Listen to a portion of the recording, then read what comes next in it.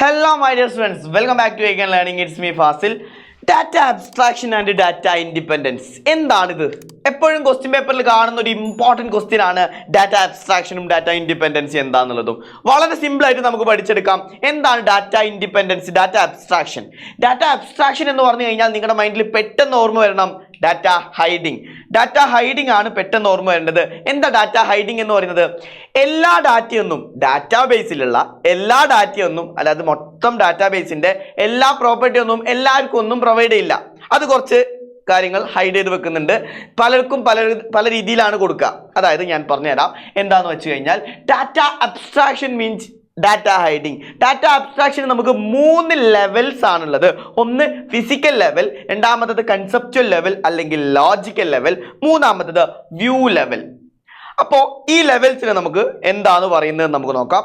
ഇതാണ് ഡയഗ്രാം. ഈ ഡയഗ്രാം വെച്ചിട്ട് വേണം നിങ്ങൾ എക്സാമിന് എക്സ്പ്ലെയിൻ ചെയ്യാൻ. ഈ ലെവൽസ് 3 ആണെന്ന് പറയാം. എന്നിട്ട് ഈ ഒരു ഡയഗ്രാം വരയ്ക്കുക. ആൻഡ് ഫിസിക്കൽ ലെവൽ എന്ന് പറയുന്നത് physical data abstraction, physical data level എന്ന് പറഞ്ഞു കഴിഞ്ഞാൽ മറ്റൊന്നുമല്ല, how data is actually stored. ഒരു ഡാറ്റാബേസിനകത്ത് എങ്ങനെയാണ് ഡാറ്റ ഹാൻഡിൽ ചെയ്യേണ്ടത്, ഡാറ്റ സ്റ്റോർ ചെയ്യേണ്ടത് എന്നുള്ള കാര്യങ്ങളൊക്കെ ഡിസൈഡ് ചെയ്യുന്ന ഒരു ലെവലാണ് എന്ത്? Physical level. This is the lowest level of data abstraction. Okay, then DBA database administrator ഒക്കെയാണ് ഇത് തീരുമാനിക്കുന്നത്. അവർക്കുള്ള ഡാറ്റയാണിത്, അവരാണിത് ഹാൻഡിൽ ചെയ്യുന്നത്. എന്ത്?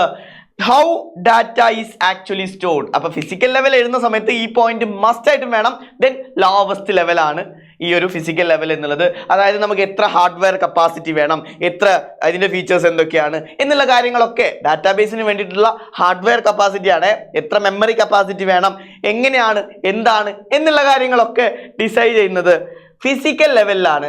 ദെൻ ഇനി നെക്സ്റ്റ് ഹയർ ലെവലാണ് ലോജിക്കൽ ലെവൽ അല്ലെങ്കിൽ കൺസെപ്ച്വൽ ലെവൽ എന്ന് പറയുന്നത്.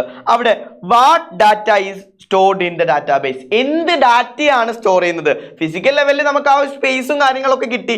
ഇനി എന്ത് ഡാറ്റയാണ് അതിൽ സ്റ്റോർ ചെയ്യേണ്ടത് എന്നുള്ള കാര്യങ്ങളൊക്കെ തീരുമാനിക്കുമ്പോൾ ഈ ഒരു ലെയറിൽ, അതായത് സെക്കൻഡ് ലെയറിൽ വരുന്നത് നമ്മുടെ ആപ്ലിക്കേഷൻ പ്രോഗ്രാമേഴ്സ്, സോഫ്റ്റ്വെയർ എഞ്ചിനീയേഴ്സ് ഇല്ലേ, അവരൊക്കെയാണ് ഈ ഒരു ലെവലിൽ വരുന്നത്. അവരാണ് എന്ത് ഡാറ്റയാണ് ഇതിൽ സ്റ്റോർ ചെയ്യേണ്ടത് എന്നുള്ള കാര്യങ്ങളൊക്കെ തീരുമാനിക്കുന്നത്. ആൻഡ് നെക്സ്റ്റ് ഹയർ ലെവലാണ്, ഏറ്റവും ബിഗസ്റ്റ് ഹയർ ലെവലാണ് ഏത്? വ്യൂ ലെവൽ എന്ന് പറയുന്നത് ക്ലോസസ്റ്റ് ടു ദ യൂസേഴ്സ്. അതായത് നമ്മുടെ പോലുള്ള, അതായത് ആരാണോ ആ ഡാറ്റാബേസിന്റെ യൂസ്, അതിലുള്ള കണ്ടന്റ് ഒക്കെ വായിച്ച് മനസ്സിലാക്കി അത് എങ്ങനെ വർക്ക് ചെയ്യുന്നു എന്നും നമ്മൾ അറിയേണ്ട ആവശ്യമില്ല. അതിലത്തെ കണ്ടന്റ് നമുക്ക് എന്ത് ചെയ്യാൻ പറ്റും? കാണാൻ പറ്റും, വായിക്കാൻ പറ്റും, മനസ്സിലാക്കാൻ പറ്റും, കോപ്പി ചെയ്യാനൊക്കെ പറ്റും. സോ ഡാറ്റാബേസിന്റെ യൂസ് എടുക്കുന്നവരാണ് എന്ത്? വ്യൂ ലെവലിലുള്ളത് end users, closest to the users. ഇതാണ് ഡാറ്റാബേസ് ഡാറ്റ അബ്സ്ട്രാക്ഷന്റെ ലെവൽസ് വരുന്നത്. എന്താ കണ്ടോ, ഫിസിക്കൽ ലെവലിലാണ് എൻ്റയർ കാര്യങ്ങൾ സെറ്റ് ചെയ്യുന്നത്, ലെങ്ത്, അതിൻ്റെ പ്രോപ്പർട്ടി, ഈ വക കാര്യങ്ങളൊക്കെ. ദെൻ പിന്നെ ലോജിക്കൽ ലെവലിൽ പ്രോഗ്രാമാറ്റിക്കൽ സൈഡാണ്, അതായത് അതിൻ്റെ ഡാറ്റ ടൈപ്പ്, അതിലുള്ള ഫീൽഡുകൾ എന്തൊക്കെയാണ്, അതിന് വേണ്ട വേരിയബിൾസ് എന്തൊക്കെയാണ് എന്നുള്ളതൊക്കെ. ദെൻ അത് വെച്ചിട്ട് ക്രിയേറ്റ് ചെയ്ത ഡാറ്റ ആക്സസ് ചെയ്യുന്നവരാണ് ആര്? വ്യൂ ലെവലിൽ. ഓക്കെ, ഇതും അതിൻ്റെ ഡയഗ്രാം ആണ്. ഇപ്പം ഇത് വെച്ചാൽ ഒന്നും കൂടി ബെറ്റർ ആണ്. ലെവൽസിലുള്ള ഡയഗ്രാം എന്തായാലും മസ്റ്റ് ആയിട്ട് നിങ്ങൾ വരയ്ക്കണം. ഇനി എന്താണ് ഡാറ്റ ഇൻഡിപെൻഡൻസി എന്ന് പറയുന്നത്?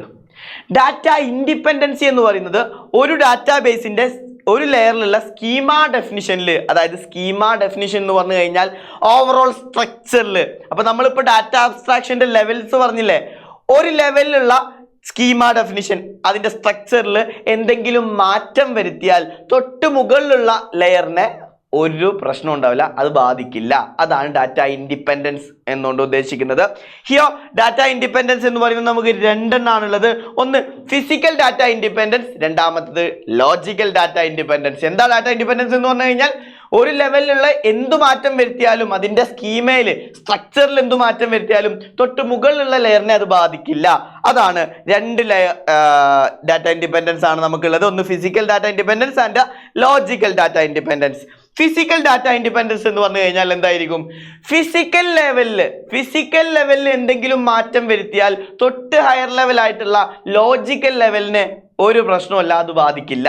അതാണ് physical data independence. And logical data independence എന്താ? ലോജിക്കൽ ലെവലിന് എന്തെങ്കിലും മാറ്റം വരുത്തിയാൽ തൊട്ട് ഹയർ ലെവൽ ആയിട്ടുള്ള വ്യൂ ലെവലിന് ഒരു മാറ്റം വരില്ല, ഒരു പ്രശ്നമല്ല. അതാണ് ലോജിക്കൽ ഡാറ്റ ഇൻഡിപെൻഡൻസ്. അപ്പൊ രണ്ട് ഡാറ്റ ഇൻഡിപെൻഡൻസ് ഓക്കെ അല്ലേടാ? Physical data independence and logical data independence. Okay, അപ്പൊ നെക്സ്റ്റ് വീഡിയോ ആയിട്ട് ഇനിയും കാണാം. അതുവരെ it's me Fasil from Egan learning. By.